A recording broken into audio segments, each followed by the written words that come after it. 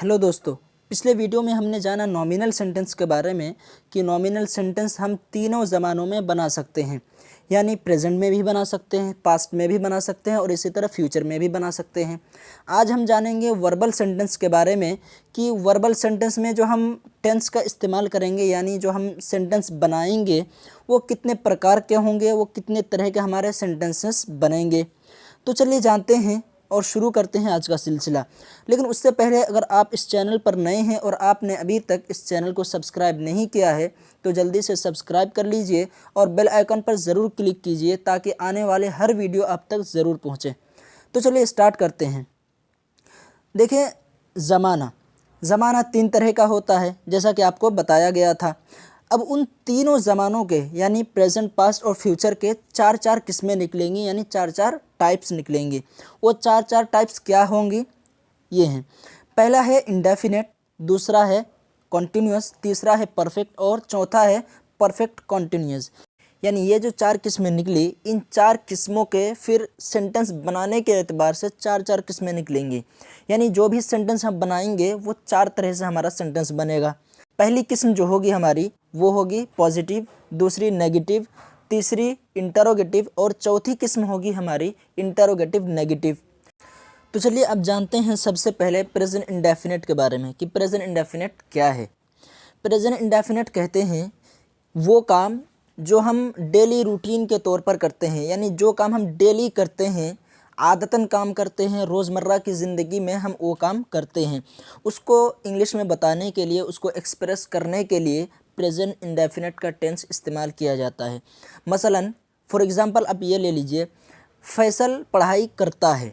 ठीक है, अब ये जो फैसल का पढ़ाई करना है, पढ़ाई करना, तो ये एक रोज़मर्रा की ज़िंदगी में है, यानी इसका डेली रूटीन है। ठीक है, यानी डेली रूटीन के तौर पर ये पढ़ाई करता है। यानी ये जो पढ़ाई करता है ये क्या है, किसी एक दिन में नहीं, 10 दिन नहीं, 15 दिन नहीं, 20 दिन नहीं, बल्कि क्या, ये रोज़ाना ये पढ़ाई करता है, पढ़ने जाता है। तो जो काम हम बताते हैं आदतन, जो काम हम बताते हैं डेली रूटीन के तौर पर, उस काम को बताने के लिए इस्तेमाल होता है प्रेजेंट इंडेफिनेट का टेंस। तो चलिए अब जानते हैं प्रेजेंट इंडेफिनेट में कितने तरह के, कितने प्रकार के हमारे सेंटेंस बनेंगे। जैसा कि मैंने आपको पहले बताया कि कोई भी सेंटेंस जो हमारा बनेगा वो चार तरह से बनेगा, यानी चार तरीके का हमारा वो सेंटेंस होगा। पहला होगा पॉजिटिव, दूसरा नेगेटिव और तीसरा इंटरोगेटिव और चौथा इंटरोगेटिव नेगेटिव। लेकिन कोई भी सेंटेंस जो हम बनाएंगे या तो वो सिंगुलर होगा या प्लूरल होगा, यानी उसमें सब्जेक्ट या तो एक होगा या एक से ज़ायद होगा। पहले हम इसको दो भागों में तकसीम कर लेते हैं। पहले जानते हैं सिंगुलर के बारे में। अगर हमारा सब्जेक्ट सिंगुलर है तो उसमें रूल क्या होगा, और अगर हमारा सब्जेक्ट प्लूरल है तो उसमें रूल क्या होगा। अगर हमारा सब्जेक्ट सिंगुलर है तो उसमें रूल होगा सब्जेक्ट प्लस वर्ब की फर्स्ट फॉर्म, उसके बाद होगा यस या ईएस। अगर इन पांच हरूफों में से, इन पांच वर्ड्स में से कोई एक वर्ड आता है, वो पांच वर्ड क्या क्या है, I O double S S H C H, इन पांच वर्ड्स में से अगर कोई वर्ड भी आता है तो उसके आखिर में ई एस लगेगा, और अगर नहीं आता है तो फिर सिर्फ एस लगेगा। सब्जेक्ट प्लस वर्ब के फर्स्ट फॉर्म प्लस यस या ई एस, उसके बाद ऑब्जेक्ट। ये होगा हमारा पॉजिटिव का रूल। नेगेटिव का रूल होगा subject plus does not plus verb के first form plus object. Interrogative का रूल होगा does plus subject plus verb के first form plus object. Interrogative negative का रूल होगा does plus subject plus not plus verb की first form plus object. तो चलिए जानते हैं अब इन चारों की मिसालें। पहली मिसाल पॉजिटिव की, Ramesh visits America. Ramesh America का दौरा करता है। ठीक है।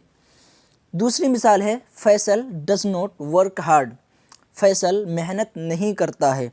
तीसरी मिसाल इंटरोगेटिव की, does Arif go to house. चौथा है इंटरोगेटिव नेगेटिव की मिसाल, does Khalida not cook food. क्या खालिदा खाना नहीं पकाती है। तो ये हो गए हमारी चार मिसालें।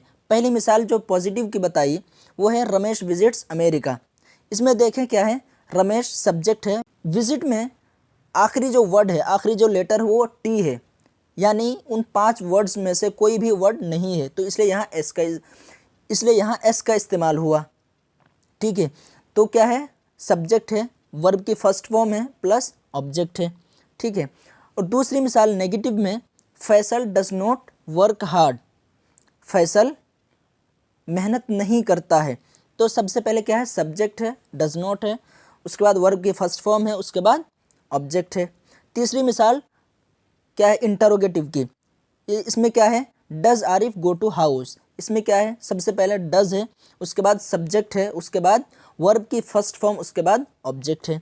चौथी मिसाल जो बताई, does Khalida not cook food, इसमें भी देखिए डज है, उसके बाद सब्जेक्ट है, उसके बाद नॉट है, उसके बाद वर्ब की फर्स्ट फॉर्म, उसके बाद ऑब्जेक्ट है। तो ये चारों हैं हमारे सिंगुलर के 4 सेंटेंसेस, यानी सिंगुलर के 4 रूल्स, जिसमें पॉजिटिव है, नेगेटिव है, इंटरोगेटिव है और इंटरोगेटिव नेगेटिव है। तो चलिए अब जानते हैं प्लूरल का रूल। प्लूरल में क्या रूल होंगे? प्लूरल में सबसे पहला रूल पॉजिटिव का होगा, सब्जेक्ट प्लस वर्ब की फर्स्ट फॉर्म प्लस ऑब्जेक्ट। अब इसमें यस या ईएस का इजाफा नहीं होगा, क्यों? इसलिए कि ये प्लूरल है, यानी इसका सब्जेक्ट प्लूरल होना चाहिए, ठीक है। उसके बाद हमारा नेगेटिव का रूल होगा, subject plus do not plus verb की फर्स्ट फॉर्म प्लस ऑब्जेक्ट। हमने सिंगुलर में इस्तेमाल किया था डज नॉट को, क्यों? इसलिए कि पॉजिटिव में हमारा यस या ईएस का इजाफा हुआ था और इसमें यस या ईएस का इजाफा नहीं हुआ है, इसलिए हम नेगेटिव में क्या इस्तेमाल कर रहे हैं, डू नॉट को इस्तेमाल कर रहे हैं।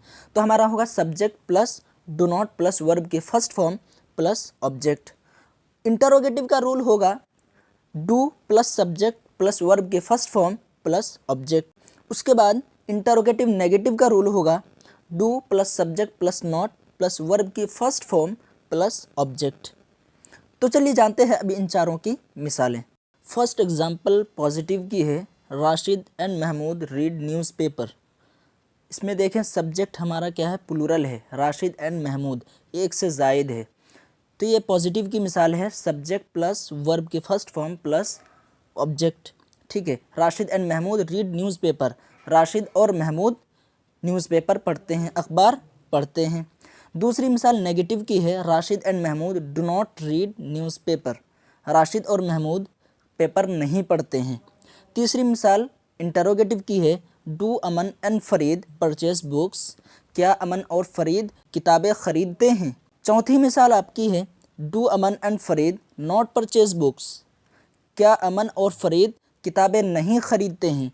तो ये आपके सामने 4 मिसालें हैं, पॉजिटिव, नेगेटिव, इंटरोगेटिव और इंटरोगेटिव नेगेटिव की। इन चारों मिसालों में आप देख सकते हैं, चारों मिसालों में सब्जेक्ट क्या है, एक से ज़ायद है, जबकि सिंगुलर में हमारा सब्जेक्ट सिर्फ एक था।